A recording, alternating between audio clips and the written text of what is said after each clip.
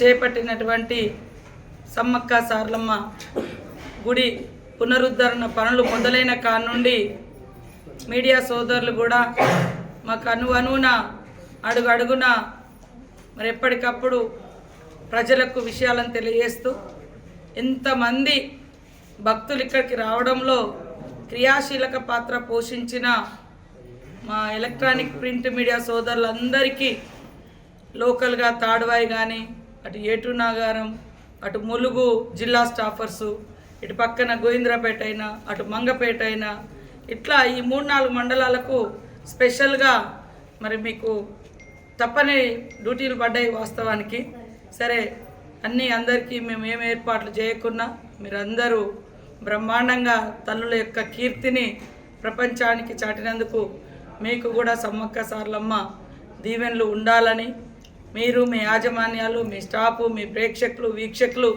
అందరూ కూడా సంతోషంగా ఉండాలని సమ్మక్క సారలమ్మను కోరుకుంటూ మరి అదేవిధంగా సమ్మక్క సారలమ్మ 2 సంవత్సరాలకు ఒకసారి వచ్చే మహాఘట్టంలో మొదటి ఘట్టంగా ఈసారి గుడి నిర్మాణం పనులు, మరి రెండో మహాఘట్టంగా మాకు అనుకోకుండా ముఖ్యమంత్రి గారు క్యాబినెట్ కూడా ఇక్కడ ఏర్పాటు చేసి అందరు మంత్రులను మరి సిఎస్ డీజీపీ ఇతర ప్రిన్సిపల్ సెక్రటరీస్ అందరినీ కూడా తీసుకొచ్చి ఇక్కడ క్యాబినెట్ నిర్వహించి భారీ సాంస్కృతిక కార్యక్రమాలను కూడా నిర్వహించడం, ఇక్కడే బస చేయడం, ఇలాంటి అటవీ ప్రాంతంలో మరి బస చేయడం కూడా ముఖ్యమంత్రి గారు తీసుకున్నటువంటి సాహసోపేతమైనటువంటి నిర్ణయానికి హృదయపూర్వకంగా ధన్యవాదాలు, కృతజ్ఞతలు.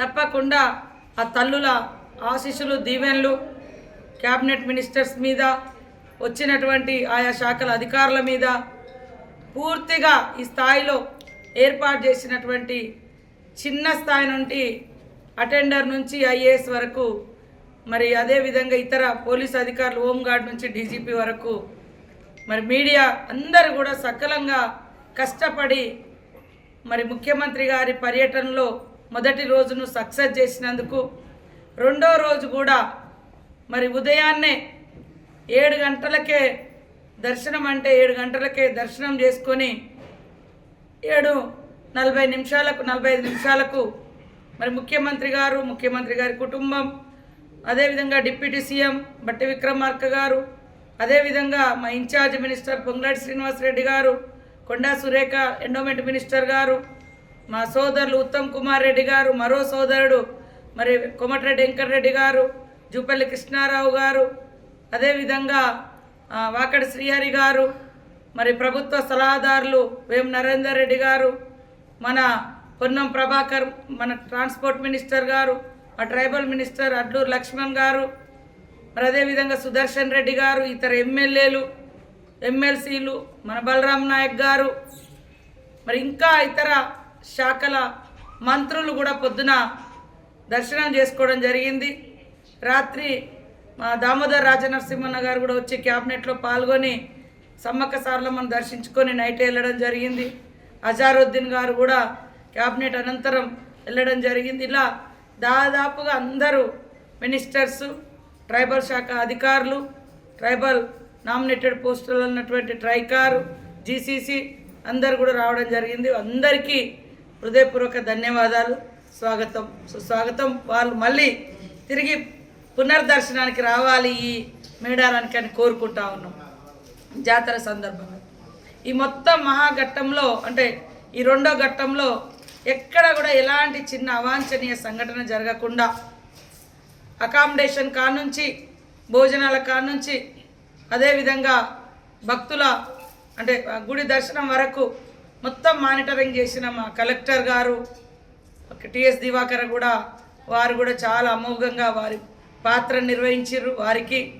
అదేవిధంగా ఎస్పీ గారు కూడా వారి స్టాఫ్, ఇతర ఎస్పీలు, మనకు పక్కా జిల్లాల నుంచి కూడా మన పాత ఎస్పీ గౌస్ గారు, పాత ఓఎస్డీగా పనిచేసిన అశోక్ గారు, సంకీర్తు ఏఎస్పీ ఏటూరు నాగారం, వీరు కూడా అందరు మన పాత్రలో వచ్చి డ్యూటీలను కూడా అద్భుతంగా చేశారు. మా స్థానిక ములుగు జిల్లా పోలీస్ యంత్రాంగం, రెవెన్యూ యంత్రాంగం అందరూ కూడా సక్రమంగా డ్యూటీలు చేసినందుకు ఆర్డీఓ కానీ ఇతర అడిషనల్ కలెక్టర్స్ కానీ మరి డిఆర్డిఓస్ కానీ అందరు బాగా చేశారు.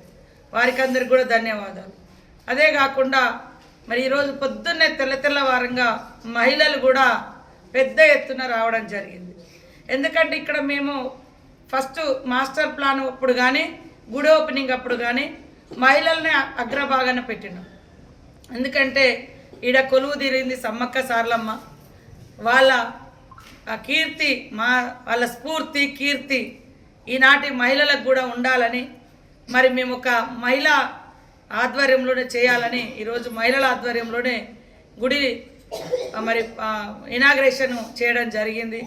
వాళ్ళు చాలా పాపం చలిలో వచ్చిన వారందరికీ కూడా ధన్యవాదాలు. నిన్న కూడా మా కార్యకర్తలు సమ్మక్క సారలమ్మ భక్తులు అందరూ కూడా నిన్న రాత్రి 10 గంటల వరకు ఇక్కడే చలిలో ఉండి మరి సాంస్కృతిక కార్యక్రమాలను కూడా విజయవంతం చేసినందుకు కూడా వచ్చిన ప్రతి ఒక్కరికి పేరు పేరున హృదయపూర్వక నమస్కారాలు.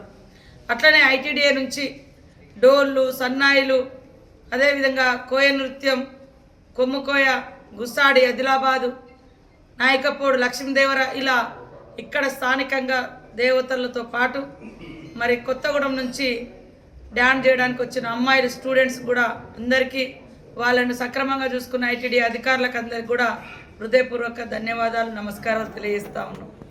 మరి 3వ ఘట్టం ఇప్పుడు మళ్ళీ మనకుంది. రేపు బుధవారం నుంచి రేపు అంటే ఎల్లుండి బుధవారం నుంచి మండే మెలిగే పండుగ పూజారులు మొదలు పెడతారు.